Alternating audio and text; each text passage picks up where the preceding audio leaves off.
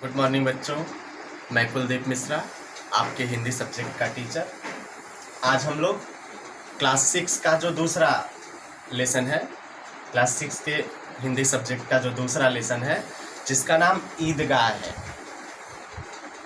इसके बारे में जानेंगे कि इस चैप्टर के माध्यम से, इस पाठ के माध्यम से,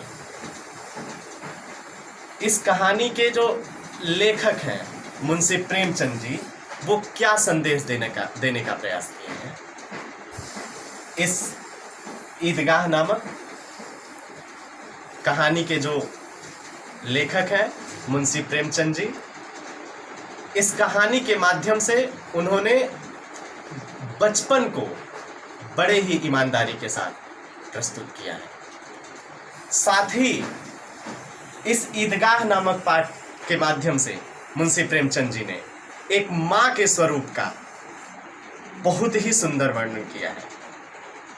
उन्होंने इस ईदगाह नामक पाठ के माध्यम से यह बताने का प्रयास किया है कि केवल जन्म देने वाली जो माँ होती है वही माँ नहीं होती है, अपितु जो पालन पोषण करने वाली माँ होती है वो भी माँ के ही समान होती है, और उसको भी इस समाज के द्वारा, इस समाज में माँ का दर्जा प्राप्त है। इस कहानी में एक बच्चा जिसका नाम हामिद रहता है, उसके माता पिता नहीं रहते हैं।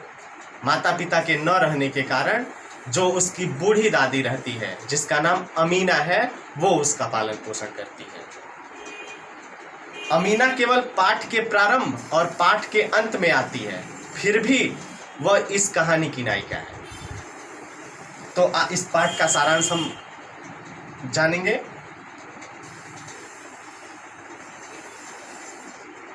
रमजान का जो मुस्लिम धर्म का महीना होता है, मुस्लिम धर्म के लोगों का जो महीना होता है, जिसमें मुस्लिम धर्म के लोग 30 दिन का जो उनका रोज़ा होता है, उपवास होता है, वो रखते हैं। और उस 30 दिन के पश्चात, यानी रमजान महीने की समाप्ति पे जो ईद का उनका त्यौहार आता है, उसमें सभी लोग इस ईदगाह नामक स्थान पे जाते हैं और ईद का नमाज पढ़ते हैं।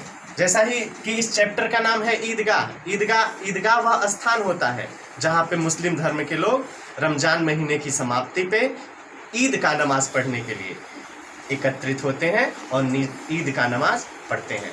तो इस कहानी में भी बताया गया है कि रमजान का महीना समाप्त हो चुका है और ईद का त्यौहार आ गया है। पूरे मोहल्ले में बूढ़े बच्चे सभी लोग उत्साहित हैं। क्योंकि ईदगाह पे जाएंगे, नमाज पढ़ेंगे और ईदगाह पे बहुत ही भव्य मेला लगता है। सुबह का दृश्य है, सभी लोग उत्साहित हैं ईदगाह पे जाने के लिए और वहाँ पे लगने वाले मेले का आनंद लेने के लिए। सब कोई इधर दौड़ रहा है, कोई उधर दौड़ रहा है, किसी के कपड़े में बटन नहीं है, किसी के जूते में पॉलिश नहीं है, कोई अपने जानवरों के चारे का प्रबंध कर रहा है, क्योंकि मेले से वापस लौटते समय दोपहर हो जाएगा। सभी लोग अपना कार्य समाप्त करने के बाद ईदगाह के लिए जाते हैं। मार्ग में जैसे ही वो जाते हैं और नगर में प्रवेश करते हैं, उन्हें बड़ी बड़ी इमारतें दिखाई देती हैं, उन्हें कोर्ट दिखाई देते हैं, अच्छी सड़कें दिखाई देती हैं। सभी बच्चे आश्चर्यचकित हो जाते हैं और बहुत ही आनंद का अनुभव करते हैं। जैसे ही कुछ दूर आगे जाते हैं, उन्हें वो ईदगाह नामक स्थान दिखाई देता है और ईदगाह नामक स्थान पे पहुंच करके सभी बच्चे और जितने भी बूढ़े बड़े सब ईद का नमाज पढ़ते हैं। ईद का नमाज पढ़ने के पश्चात सभी लोग मेले में आते हैं। मेले में खास करके बच्चे बड़े ही आनंद का अनुभव कर रहे हैं। जैसे ही मेले में बच्चे प्रवेश करते हैं, उन्हें झूले दिखाई देते हैं, लेकिन जो हामिद होता है उसके पास मात्र 3 पैसे होते हैं, क्योंकि वो गरीब परिवार का बच्चा है। हामिद भी उन बच्चों के साथ ईद का नमाज पढ़ने के पश्चात मेले में जाता है और जो हामिद के साथ जो अन्य बच्चे हैं उनके पास काफ़ी पैसे होते हैं, लेकिन हामिद के पास मात्र 3 पैसे होते हैं। सभी बच्चे झूले का आनंद लेने के लिए पैसे देते हैं और झूले पे चढ़ करके झूले को झूलते हैं और आनंद लेते हैं, लेकिन हामिद एक किनारे खड़ा रहता है। क्यों? क्योंकि उसके पास मात्र 3 पैसे होते हैं। झूले पे घूमने के पश्चात बच्चे आगे जाते हैं, उन्हें मिठाइयों की दुकानें दिखाई देती हैं। तमाम प्रकार की मिठाइयाँ बच्चे खरीदते हैं, खाते हैं। उसके आगे जब बच्चे जाते हैं तो देखते हैं बहुत सारे खिलौनों की दुकानें लगी हुई हैं। हामिद का भी मन खिलौना खरीदने के लिए करता है, लेकिन वह मन ही मन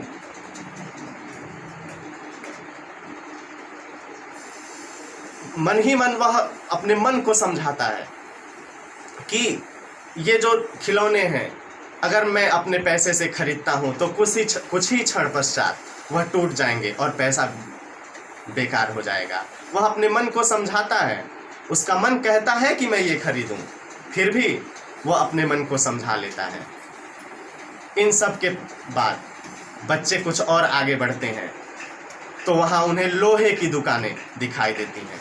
लोहे की दुकानों से बच्चों का कोई आकर्षण नहीं है, लेकिन हामिद उस स्थान पर रुकता है और उसे याद आता है उन लोहे की दुकानों को देख करके, और ख़ास करके लोहे की दुकान पे चिमटा रखा हुआ है। जैसे ही हामिद उस चिमटे को देखता है उसे अपनी बूढ़ी दादी की याद आती है और हामिद मन ही मन सोचता है कि अगर मैं उस 3 पैसे से इस चिमटे को खरीद लेता हूँ तो रोटियां बनाते समय जो मेरे दादी का हाथ जल जाता था वो हाथ नहीं जलेगा। अतः हामिद उन 3 पैसों से अपनी दादी के लिए चिमटा खरीद लेता है। मेले से वापस लौटते समय रास्ते में बच्चे हामिद का बहुत मजाक उड़ाते हैं। हामिद उन्हें अपने तर्कों के माध्यम से चुप करा देता है और उन्हें संतुष्ट कराता है और बच्चों को यह आभास करवा देता है कि जो हमने मिठाइयाँ खरीदी हैं उसका स्वाद कुछ ही क्षणों के लिए है, जो हमने खिलौने खरीदे वह कुछ ही क्षण में टूट जाएगा, लेकिन यह जो चिमटा है वो अधिक समय तक रहने वाला चीज़ है। जैसे ही बच्चे घर पहुंचते हैं, घर के अन्य सारे लोग दौड़ते हैं कि तुम लोग मेले से क्या क्या खरीद करके लाए।